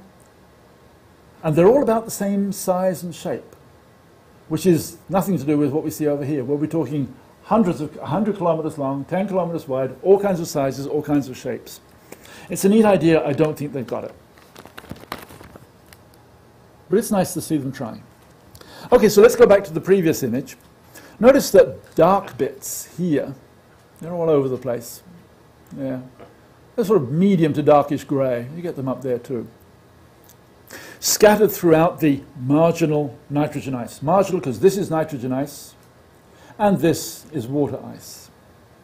NASA and associates interpret these as icebergs. These would be icebergs, they say. This would be an iceberg. They're about 3 to 5 kilometers high. They're made of water ice. And water ice is buoyant in nitrogen ice at Pluto's surface temperatures, provided the nitrogen ice remains solid. If it melts, its density goes down. And if its density goes down, it can't actually float the water ice icebergs. Now, applying the convection model, they go on to suggest that the floating icebergs were swept to the polygon margins by the convective flow within the polygons. So the polygons would have been convecting outwards from their centers, and that would have swept up these icebergs and swept them out to the margins of the polygons. There's a nice polygon there with icebergs supposedly all the way around. These are called hill clusters. These are called hill chains. And these are, this here is a cluster called Challenger Collis. Now here's the problem. This is dead-end reasoning. We've all heard the expression the tip of the iceberg. Well, it applies on Pluto too. The laws of physics are not suspended because you've left Earth. And here's the crazy bit. In the most recent scientific papers by the same science team, they admit what I'm about to tell you. And then they continue with the model I just outlined for you. The hidden part of the icebergs, if they're 3 to 5 kilometers high, the hidden part of the icebergs, in order to actually float the exposed portion, requires the nitrogen ice to be in the order of 15 kilometers thick if those icebergs are going to float. However, on Pluto, at greater than 2 to 3 kilometers thickness, that nitrogen ice melts because it's pressure dependent, and as you go down, the pressure is such that the nitrogen ice becomes liquid again. And so it decreases dramatically in density such that water ice will no longer float in it. And they say this in the scientific papers. As I say, more recent scientific papers recognize the problem, yet they still propose that the supposed water icebergs are moved by convecting nitrogen ice while dragging and scraping the icebergs along the bottom of Sputnik Planitia. Icebergs do not behave this way. When they ground, they stop. By the way, you might want to notice that there don't seem to be any icebergs inside the polygons. They're all at the margins. You'd think that if you've been dragging these resistant, recalcitrant icebergs around, that some of them wouldn't have actually made it to the polygon margins. So, then they go on to derive the supposed icebergs by having them slide downhill, carried by mountain glaciers of nitrogen ice, from the heights of the ancient cratered water ice highlands. That's these things out here. So that there would be a mountain glacier cutting through the highlands. That would be a mountain glacier. There's a bottleneck right there. But these mountain glaciers are less than 5 kilometers wide, and the supposed icebergs can measure up to 40 kilometers across. That's the size of this one up here, Challenger Collis. You might also notice that if you look at the texture of Challenger Collis, it looks exactly like the texture of the water ice highlands themselves, here and down here. And in fact, when you go in close, all of them do. This looks just like this. This is important. This is where I'm now going to be the source of controversy. Let's speculate wildly. After all, they did. Now it's my turn. What if the purported icebergs of water ice were not mobile? What if they're in fact islands, still attached to the rugged water ice uplands, which you see here on the right? There we go. In other words, still attached to the floor that the nitrogen ice is sitting on.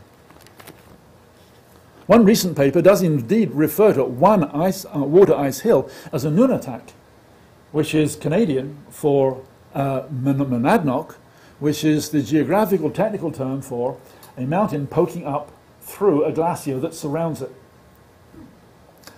What if the nitrogen ice is indeed solid throughout, and therefore no thicker than a few kilometers? What if the hill clusters and hill chains indicated here, and mind you, that's these things here, there are the hill chains, look at that there. What if they are actually the visible parts of partly drowned peninsulas? Peninsulas of water ice, thereby accounting for their apparent alignment, because they're aligned, near perpendicular to the margins of Sputnik Planitia. That's exactly how you would expect promontories to stick out into a lake of nitrogen ice. What if the narrow polygon margins are not the sites of downwelling convective flow?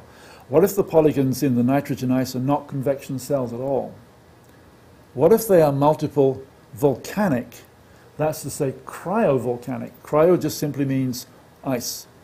So as opposed to volcanism using hot molten magma, cryovolcanism uses mobile cold ice. What if they are actually cryovolcanic ice lavas erupted from Pluto's interior? That would make Sputnik Planitia a giant composite volcano, a cryovolcano. Think of the extremely runny lavas on Io, where the volcanoes, there are lots of volcanoes, but those volcanoes are not mountains. They're absolutely flat. In fact, most of the volcanoes are holes. They're negative relief. And the mountains on Io are not volcanoes. So the idea of volcanoes doesn't mean you have to have a volcanic edifice. What I'm proposing here is indeed controversial, but it's as good as anything NASA and company have put on the table to date. And as I say, they continue with their internal contradictions and just seem to ignore the obvious contradictions within their own models. Well, this brings me to the end of my presentation. But before I draw this to a close, I just want to take a minute to simply list, with a minimum of explanation, my further geological perspective on what we should be doing next to advance our understanding of at least the planetary component of our solar system, the solar system that we inhabit. Mercury. We should explicitly ask, how did it acquire a relatively oversized iron-nickel core? And what does that require in terms of an overhaul, probably a major overhaul, of our accretionary model of solar system formation. This would have absolutely fundamental repercussions for how we understand the origins of the rocky planets, for example. Venus. Starting with the Earth, we must openly debate and evaluate our models in the plural of planetary mantle structure, mixing, and convection dynamics.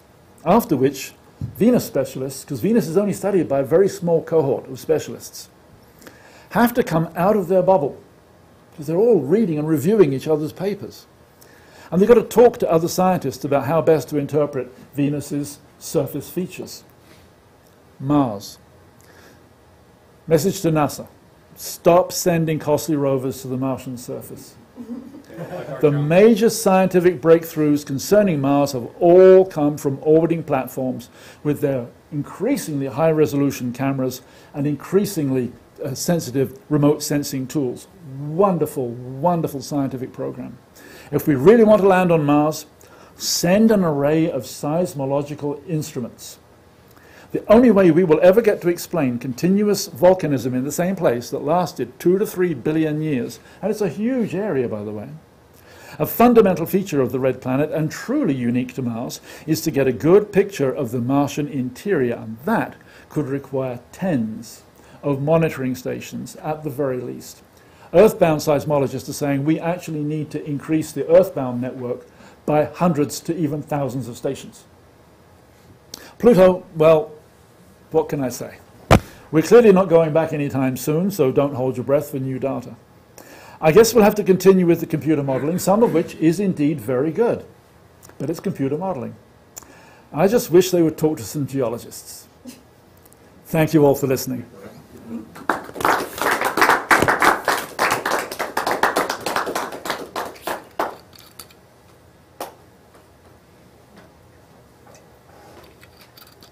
Have you written to NASA? You know, in the same way that I've written to Santa, I have written to NASA.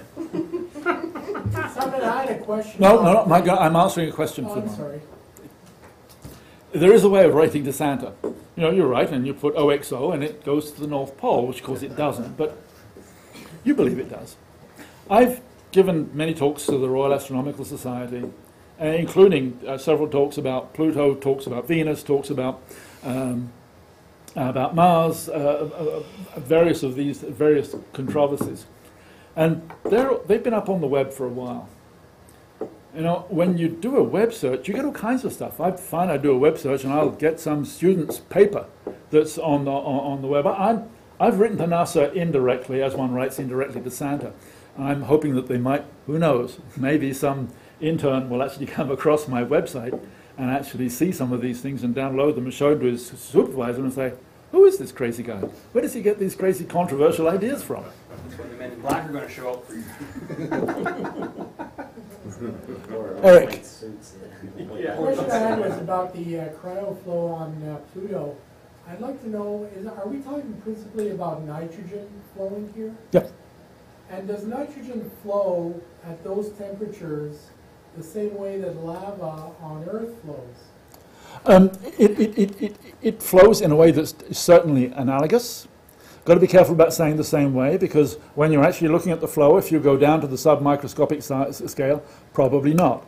But is the overall global effect similar? Absolutely. So when you're actually looking from a distance at this flow, there's no way that you can say, oh, look at these flow features. These flow features are the flow features of a glacier, or these are flow features of something which is more magmatic, even if the magma is made of ice. Even when you compare the flow features actually from, let's say, magmatic flows on Earth with real lava, and you compare that with some of the flow features you can see in water ice in glaciers, they can be very similar. Flow is fundamentally flow. It's the mechanisms that actually allow it to occur, which differ from one material to There's rocks in there as well. It's not just pure nitrogen. There's rocks. There's a lot. No, there's no suggestion of any silicate material at the surface at all. So we're talking about pure nitrogen. We're talking pure nitrogen. Well, nitrogen plus ammonia plus bits of water in it as well. Oh. And probably there's methane ice in there as well. but predominantly nitrogen. It's nitrogen that dominates the actual flow mechanisms and flow properties. I have two questions. Yes. I have heard that the positioning of Pluto, it's had a sort of a new position fairly recently, has a lot to do with the disturbances that are taking place on Earth. You mean, by repositioning, you mean its orbit has changed? Yes. I don't believe its orbit has changed. Okay, I'm not What, sure. what has changed is its classification. Got demoted from being a planet to a dwarf planet. That was a controversy that I decided I wasn't going anywhere near. But the effects on Earth, does Pluto have no effect on Earth? All bodies in space actually have an effect, a gravitational effect on all other bodies. Gravity actually extends out to infinite distances, but it's getting infinitesimally small in its impact. The sun and the planets going around it, the planets rather than the dwarf planets, Jupiter sitting out where it is certainly having an effect on our own orbital characteristics. So is Saturn, so is Uranus, and Neptune. But these are really large bodies. Pluto is pretty small and it's a long way out. But I mentioned that there's this ongoing debate, and healthy debate, about the idea is it possible that the orbital patterns of our planets in our solar system could become chaotic. This is based on exactly what your question is asking. All of the planets are actually talking to each other gravitationally. And if you let it play out for long enough in a powerful enough computer, in certain circumstances, as these planets tug each other one way and tug each other another way, they can actually somehow, all of them, the planets behaving together, can actually tug Mercury, for example, out from its orbit. If they do, it's going to interfere with Venus, which is right next door, which might spin it off in certain scenarios, and yes, in certain scenarios, could hit the Earth. Don't sell the farm. Don't take out extra life insurance. We're talking a long time down the road. But they're probabilistic models. And so it's conceivable in the model it could happen in a reasonably near future. Who knows? I have another question about the moon. Yes. JFK, of course, wanted to get to the moon, and he did. And from what I understood, that there have been no other, NASA decided not to pursue the moon anymore, at least from that time to, I think it's probably being revisited now. And part of the reason, and again, whether it sounds, whether in fact there's any truth to this or not, but they did go up and there was, whether it's the Russians or some other earthly group is actually on there exploring something. So There are no people up there, but there are rovers. From other The Chinese have one which is a beautifully called Jade Rabbit. Unfortunately, it didn't manage to move very far. I'm not even sure if it moved at all. Something went wrong with one of its wheels or something. It went round in a circle. I forget the details. I'm not sure if anybody else actually has a rover on there right now, but there are certainly plans.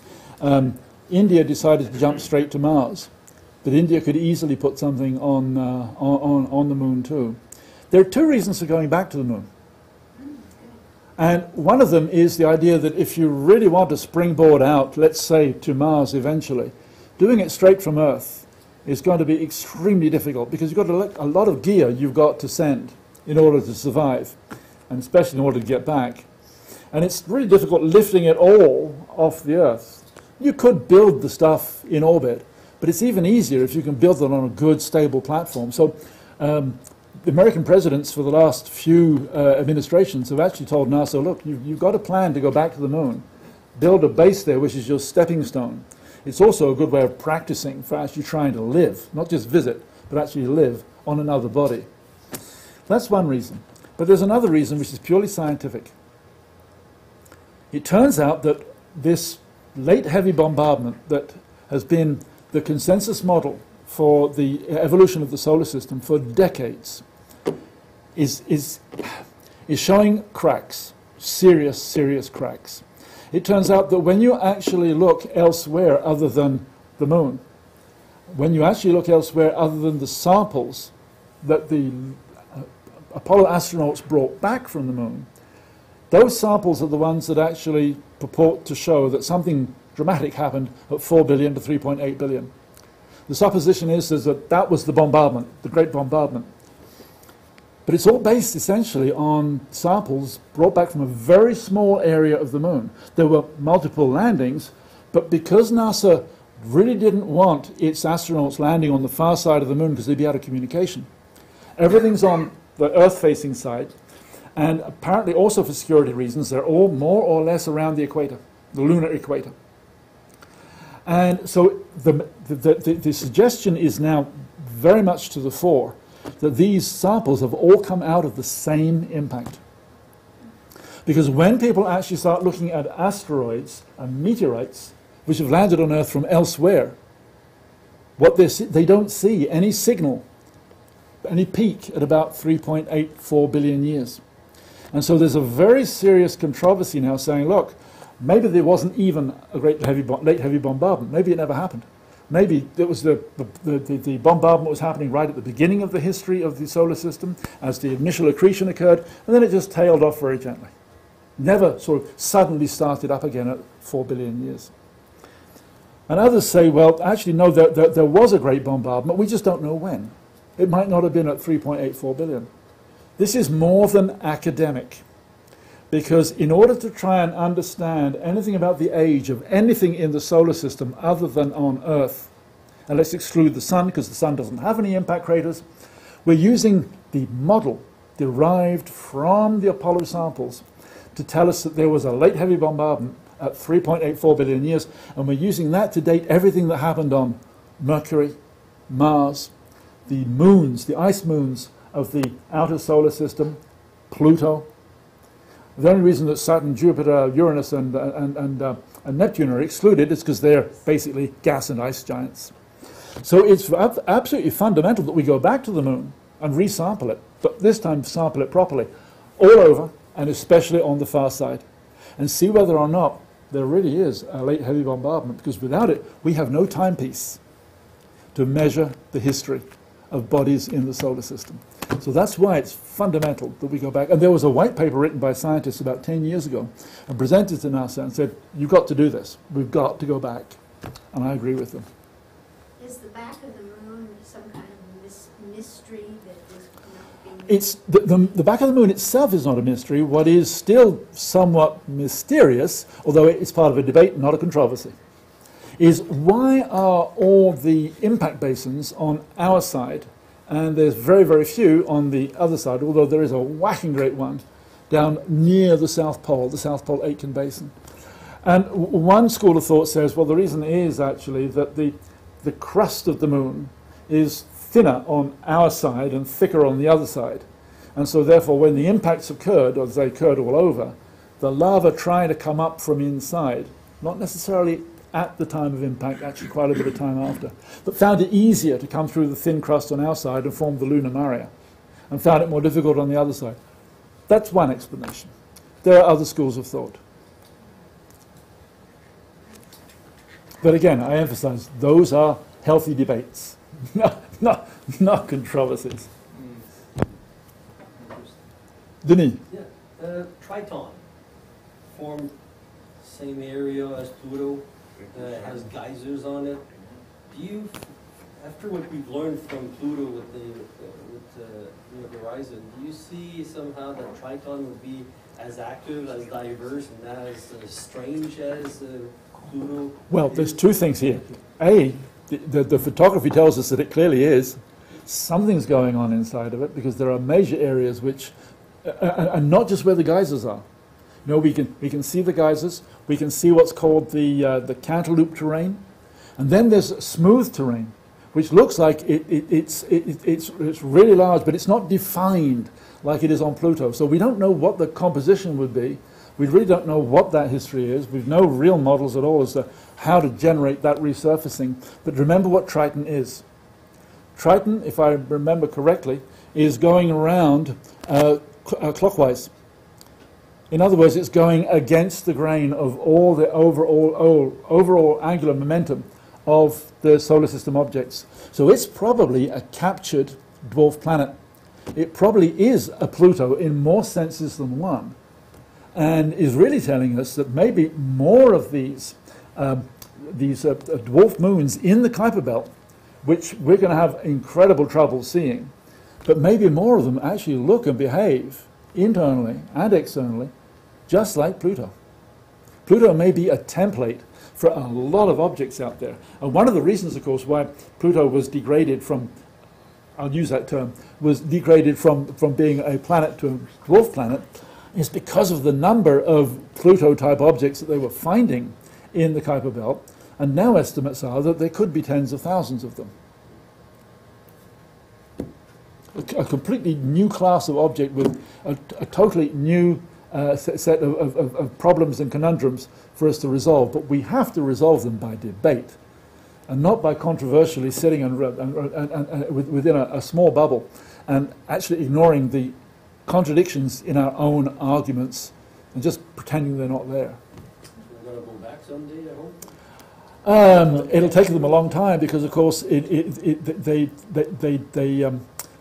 took it was 10 years, I think, was the flight time, and they flew real fast because they wanted to get to Pluto before its weather changed. They didn't want the atmosphere to collapse back onto the planet. They wanted to look at the atmosphere. So they needed to get there real fast, and it's because it was going so fast, and because they built the craft so light, they didn't have the capability of braking. And so they went right past it. What they would have loved to do, had they known then what we know now, they would have loved to have gone into orbit around Pluto and just sent back 10 years with the data like Cassini did with Saturn. Because Pluto has become such a bafflement, just as Mercury is really begging us to have another look at the accretionary model for the origin of the solar system. Pluto is begging for us to have another look at how we think the outer part of the solar system may A, have developed, and B, developing today. It's an extraordinary thought. In our own backyard, we were able to ask ourselves these fundamental questions about what the hell is our solar system doing here, and what's it actually doing, where did it come from, what's it doing now, and where's it actually going? Simon, do you think that building spacecraft which can travel significantly faster to get to the planets, do you think that's a useful endeavor? Building them, like, you know, because they're using slingshot effects, they're so limited in their power supply right now. If we were to build more powerful spacecraft able to get to the planets faster, do you see that as a useful endeavor? Only if you're then able to economically build in brakes. Because there's no point in getting to any of the planets in our solar system if you can't slow down and go into orbit. Because we don't need to whiz past any more planets. We really want to inspect these things in grand and increasing detail. Sure, eventually land, but you don't need to. For example, there's the whole story about the subsurface oceans on many of the ice moons. And there's a debate in NASA about whether you should or shouldn't land on them because we might contaminate them. Turns out we don't actually decontaminate our spacecraft very well. You're talking about like Europa? Europa is one example. Enceladus is another example. There's a whole load of them. And really what we should be doing, if this is a major concern, and it's purportedly the case, then what we really need to do is get into closer and closer orbits with better and better detection materials.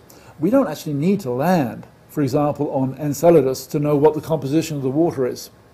The water's coming up in geysers. Just keep going through the geysers and just keep analyzing and put better analytical facilities on board. If you're worried that there might be life in the ocean, then put the appropriate detectors on board to actually detect organic carbon.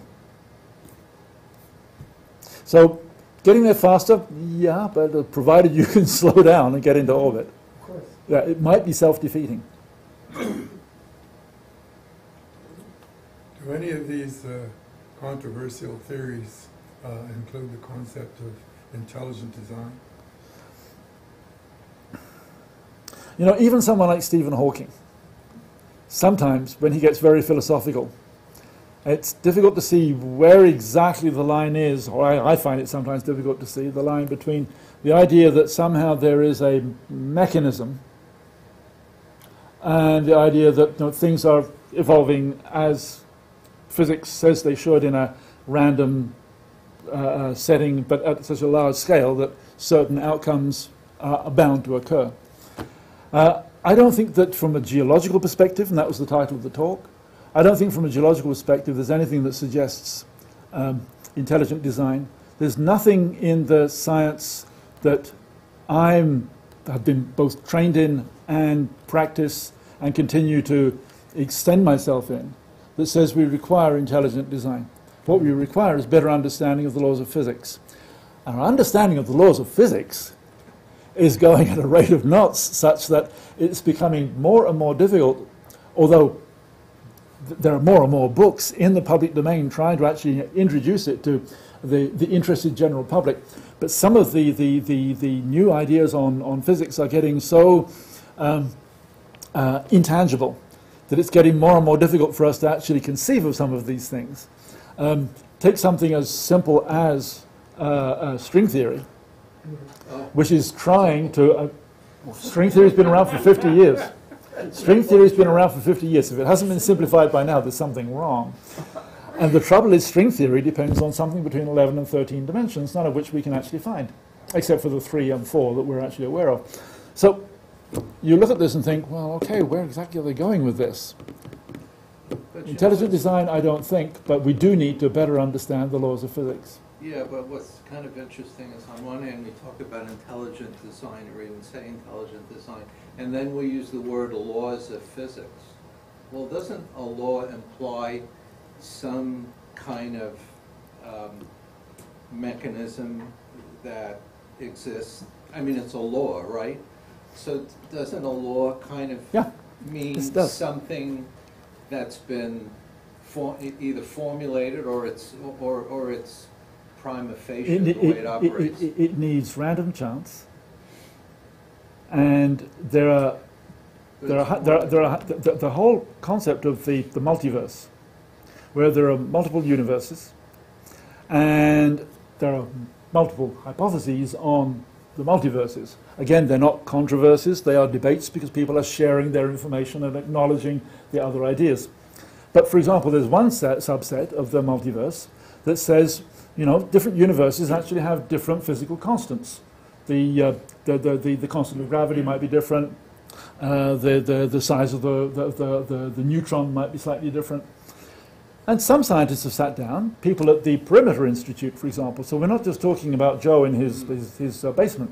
We're talking about some top-flight international scientists sat down and said, okay, so let's actually look at what happens. Supposing I just play with the constant of gravity. What if I decrease it?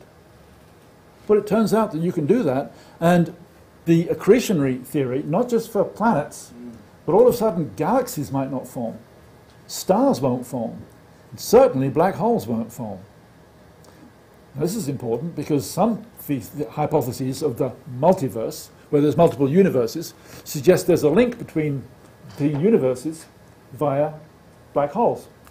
If you, on the other hand, increase the gravitational constant, then you might actually get such huge stars forming that they all blow themselves to smithereens as supernovae. So there's precision going on here, isn't there? That's right. But the thing is, as I say, this particular school of multiverse theory says you've got all these multiple universes out there with different physical constants, and our universe looks the way it does because we've got this set of physical constants. In another universe, in that multiverse, you'd have different physical constants, and you may not actually have galaxies, or you may not actually have, or you may have just exploding stars, giant exploding stars. But they don't need intelligent design to do this. They simply say, look, you've got multiple universes, and you've got a range of these physical constants. There's a book called The 6 Key Numbers, I think it is, was written by, I believe, one of the British Astronomers Royal.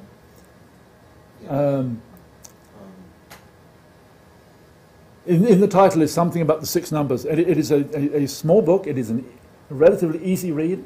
And he takes each of these physical constants and says, let's just play with them. What are the consequences? And the consequences are that in all of them, our universe wouldn't look the way it does. All righty. All right, thank you for everyone for coming. Everyone who was on the webcast watching. I hope you enjoyed it. And see us at the next time.